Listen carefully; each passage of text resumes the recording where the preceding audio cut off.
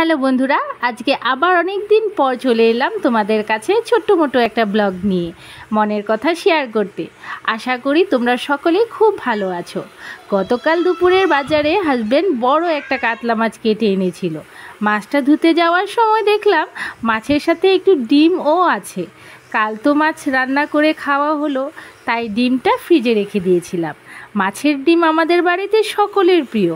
আমার বাচ্চারা তো মাছের ডিম পেলে ওদের আর কিছুই লাগে না, তাই বাচ্চাদের জন্য কটা লঙ্কা ছাড়া বড়া করলাম, আর আমাদের জন্য লঙ্কা দিয়ে বড়া করে বড়ার ঝোল করব। মাছের ডিম ভাজার সময় যা দারুণ গন্ধ বের হলো না, ভাজতে ভাজতে দাঁড়িয়ে দাঁড়িয়ে দুটো খেয়েও ফেললাম।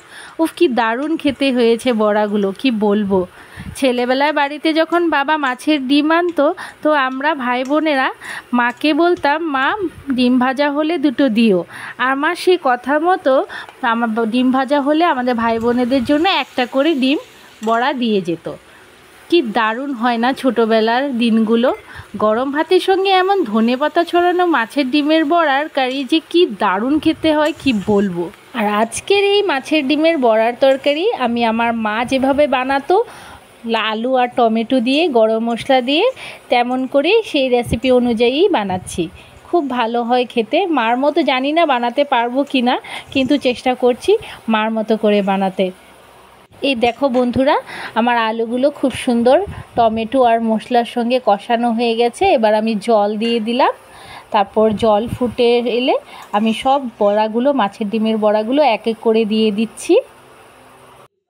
এই যে আমি সব মাছের ডিমের বড়াগুলো ঝোলের মধ্যে এক এক করে ছেড়ে দিলাম। এবার মাছের ডিমের বড়াগুলো ফুটে ঝোলের মধ্যে রসগুলো যাবে, আর এভাবে কিছুক্ষণ রান্না হবে কারিটা।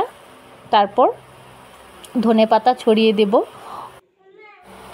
এই যে দেখো বন্ধুরা, ডিমের ঝোলের আলুগুলো কি সুন্দর নরম হয়ে গেছে, তরকারিটা হয়ে এসেছে। এবার আমি ঝোলের মধ্যে ধনেপাতা ছড়িয়ে দিয়ে দিব। কিছু সময় রেখে দিলে তরকারিটা হয়ে যাবে এবার আমাদের।